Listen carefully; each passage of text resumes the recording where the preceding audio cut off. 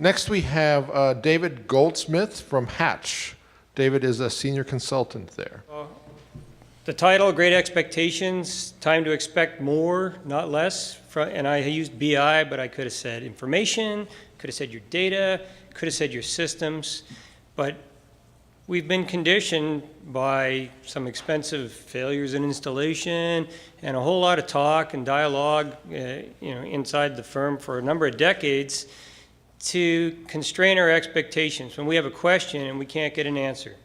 In this particular case, I would like you to momentarily place yourself in the yellow kayak. Now, you're going to have a question, and you're going to want an answer, and my guess is you're not going to want to wait for that answer. So the obvious question is, is that a shark? Some people might say, hey, is that shark hungry? Every now and then you get sort of someone saying, hey, are there any more sharks around that I can't see? And then, of course, there's always one, and everybody knows the person who says, man, what do they feed the dolphins around here? That sucker's big. Anyway, the humor doesn't work. So I'm with Hatch. We are a reasonably large engineering firm of 10,000 plus people.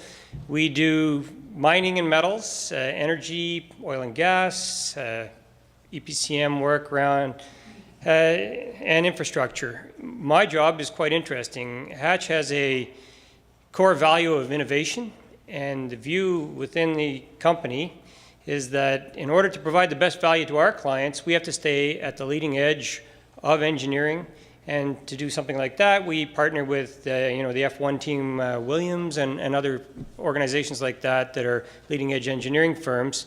From an information point of view, it's a little more difficult. So my job is to use new and emerging technologies and softwares to resolve long-standing information problems and to bring those to the client and to Hatch itself. So that allows us to do things more efficiently and to accomplish things and have greater understanding than we had before. So I've decluttered my slides a little bit.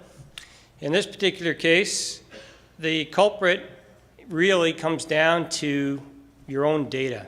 Getting at your own data is tough and doesn't seem to be getting a whole lot easier. Quite often when you ask a question about data that you don't have easy access to, they'll say, oh man, that data is terrible. You don't want to go there. Or I'm not sure we get that, we've got anything on that. So ultimately you come to not trust your own data, which is a very sad state of affairs because there's an incredible amount of value in that. And you really should get on the bus and start digging down into that. So what is going on out there? Well, I use BI as the example. Gartner says that there's a less than 50% satisfaction rate with BI. There's a lot of reports out there and a lot of studies that have dissatisfaction rates is really up into the 90 percentiles. And you can take it as you wish, but ultimately what you end up with is people aren't happy. And when you say, hey, I'm not happy, you get told your expectations are just too high. So why are my expectations too high? Well, when I have questions, and Sid referred to it, you go to the internet, you got a question, you get an answer. You pull out your tablet, you're sitting on your couch, it really doesn't matter where you are, you can get that answer. It's surprising what you can find out there. So all that external information is being pushed to you. You can find out the weather instantly. You can look up terms that you didn't know existed, and except for that day that Wikipedia shut down, it was all good. But ultimately, that's good. That's easy to get at. But inside the organization, it's not as easy. And that's a really, really interesting situation. So my organization's got lots of data. It's in, well, I used to call them stovepipes, and somebody complained that was a negative term, so now I refer to them as cylinders of excellence. So we have a series of cylinders of excellence. They don't talk to each other. But if I have a question that requires information from 3 or 4 of those cylinders, I got a real problem. It's going to take me a long time to get the answer, and it really shouldn't. So ultimately, you come down to the fact, and we talk about it a lot, that we're doing knowledge work these days. So it's important to think, well, how does knowledge work differ from regular work? because frankly, if it's just regular work, well, we've studied that to death, and we know a lot about work. There's all kinds of research, decades of it. In this particular case, I use this little diagram to draw what I call the job blob. You can take what you do in your area of effort, and do you spend more time looking for work, or do you spend time creating, applying? But ultimately, right now, the emphasis and the time spent is way too heavy on the find side. We spend too much time looking for the information that we need to get answers. And I refer to that as being a data victim, right? We always say we become a society of victims. Well, we're data victims too, if that makes you feel better. So what we want to do is we want to change that so that we actually get to use your brains. You spend the minimum amount of time looking for that information and the maximum amount of time applying your knowledge and expertise to solve the problem, support the decision, make the decision, and away you go. So where does the problem come from? And this is kind of interesting to me. You know, I said, well, why are we thinking? Why are we locked down? Why are we constrained? And a lot of this stuff comes from the foundations of the industry. And OLAP was first commercialized in 1970. I mean, that's the foundation for all your BI softwares. And I was looking, well, what else was happening around 1970, right? You know, you don't want to talk to Alan about what cars Ford was producing in 1970, right? Very different world. And, you know, COBOL was a new language in the 70s. So we've got new hardware, we've got loads of data, but we have old software foundations, and that makes us think in certain columns and rows type of ways. But that is no longer required. So here's what we do now. We evidence certain behaviors when we have faced with a decision. One of those things that we do is we say, well, if I need an answer to this question, it's just going to take too darn long. It's going to cost too much money. You know, what is the cost to your organization of delivering an answer to you? Do you actually know?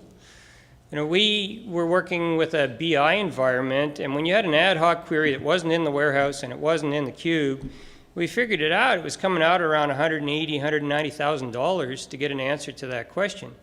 You know, who wants to put the line item in your budget saying, you know, I got 5 questions next year, I need $1 million for that. Is that okay? Right? So we used some different technologies and a different approach, and we got that cost down to around $50 or $60, which I think is far more acceptable, because basically that approach is zero. It's going to take a certain amount of time, and talent doesn't come cheap, right? So when you don't want to spend that money, that time, that effort, what you end up doing is intuitive decision making. You use your gut, or you say, well, experience is just as good as evidence. It's just as good as the data. And you'd be surprised at how convinced people are, and the more senior you go. I got a firm with almost 8,000 engineers, and I'll tell you, engineers, they know everything. So did I just insult anybody here? I got to watch that. So you really have to fight to convince them that maybe there's some counterintuitive stuff going on, and to do that, you have to expose them to the information itself. So what do we want? I mean, the symbology here is obvious, and it's a little bit motherhood, but we want timely answers to our questions. And we really don't want to have to define that question years in advance. And we also, I don't want to look at it from your point of view, and I don't want to have to ask your question because you were the guy that was there 3 years ago and get that answer and then have to say, well, what does this mean to this particular circumstance? Because we always talk about change, and we're collecting data all over the place, and everything's great, but I need an answer that was locked in stone 3 years ago to manage all this. So what we're driving towards is what we're calling situational awareness and actionable intelligence. So situational awareness, quite simply, is clear understanding of what's going on around you in your area of interest, contextualized. You have a clear picture, and that's not really the case for a lot of people right now. You're doing a lot of guesswork. And I used to say, well, I'm just banging my head against the wall, but actually then they hung a blanket in front of the wall, and I didn't even get to do that. So we've been able to move through all that. And what is actionable intelligence? Actionable intelligence is saying, okay, here's some information, but in a form that I can do something about, right? So you say there are hurricanes in the Atlantic and there are cyclones in the Pacific. That's neat, that's information. You say the Australian Meteorological Institute has predicted a 70% probability that there's going to be a bad cyclone season in the Pilbara region of Australia. Okay. Well, the Pilbara region of Australia produces almost 2/3 of the world's iron ore. And that's going to interrupt supplies. And that's going to spike the price of steel. So if you're doing a lot of construction and you need a lot of millions in steel, you might want to do something about that. So the actionable intelligence is there's a reasonable chance that in the next 3 or 4 months, the price of steel is going to spike based on the fact that nobody's stockpiling anymore. So any interruption in supply means there's going to be a shortage, and a shortage is going to spike prices. So in terms of what's the art of the possible, everybody's always trying to stretch your thinking and say what's going on. Well, we've all heard Moore's Law, and people say that's real or it's not, but it's been holding pretty true. And quantum computing is kind of fun. D-Wave Computers sold the first commercial quantum computer. Lockheed Martin bought it. We don't know what they're doing with it, and it has to be in a nitrogen bath, but what the heck, it's still a quantum computer, and they're working away, right? On the other side, the Endeca Latitude product is a faceted data treatment. And facets it's a new way of looking at data. Instead of having a single element with a single linkage or relationship, you can have, each element can have multiple states and multiple linkages, and it really frees you to move through your data in ways that weren't possible before. So we use that a lot. We find that extremely useful. And again, we're back to what's the objective here and what do we do with that?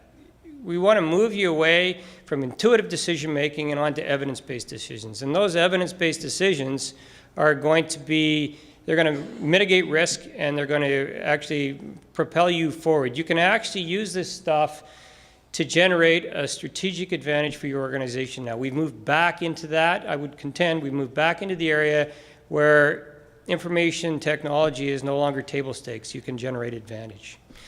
So I got a couple of little examples. I didn't think the mining industry was going to get your juices flowing. And we're talking about Apple. Okay, so every 8 seconds they update using a faceted data technology. They update their global sales, and they link that to the warranty information, complaints, problems. And what they've done is they've extended the quality from past the plant and out into the consumer field, so that when they get a consumer complaints, they can actually shut down the production line to limit the damage that's going to come from that. And if you're charging a super premium for your product, you've got to guard your reputation. And this is the end that they've gone to do that. I was also intrigued by the difference between the Apple I and the Apple II, which is kind of a pretty good advance for 1 year. Okay? So I used a GM example instead of a Ford, but all the major automobile manufacturers are using faceted data software right now. And GM had a vast number of parts systems, and what they were finding is a poor use of the word, it was so difficult to find a previously designed part that people were just going out and designing them all over again. And when they finally used this technology to link all these systems and bring all this information in one place so you could do actual knowledge reuse, what they found is they had more gas caps than they had vehicles. Right? People have been out there just designing them over and over again. So one of my favorite knowledge management maxims is steal with pride. Right? So you should be able to reuse that information for efficiency. Information efficiency is almost the last bastion that we can attack to reduce our costs and to make help ourselves on the margin side. So what's coming soon? Nice symbolism on the picture, everything's together. Real-time metadata update. So, okay, what does that mean to us? Well, if someone is going across information and they note something, they can note that as metadata, it writes back to the system, it persists in the system, and basically it embeds that knowledge. And that is an incredibly powerful capability if you think that through. That's arriving probably in the next 2 to 3 months. Intelligent predictive analytics, I would say, are going to be an incredible game changer. That arrived in the form of cortical learning algorithms in December in beta form, and is now being heavily tested by the beta testing environment. What that allows you to do is to go through big data, cloud basis, and it establishes patterns in the data using the idea that intelligence is basically understanding patterns and predicting outcomes based on that. But if you have billions of patterns and you never forget them, you can then get very, very good at predictives. And one of the examples I would use for that is we all have safety programs, and a lot of, especially in the industrial side, it's huge. Big in mining, really big. And we push a lot of money down that, but we treat everybody the same. Everybody gets the safety briefings and all the safety training because we don't know where the next accident's going to come or what type of accident it's going to be or who's going to have that accident. But what if you did? How would you redesign your safety program? How would you rechannel those dollars to drop your safety incidents? So incredibly powerful information. So the message is expect more, in fact, demand more. The problems that you face can be solved right now and very, very quickly. And try and have a look at some of the stuff that's coming up on us and that's already here and say, you know, am I being well served here? You know, should I be stomping my feet? So thanks very much.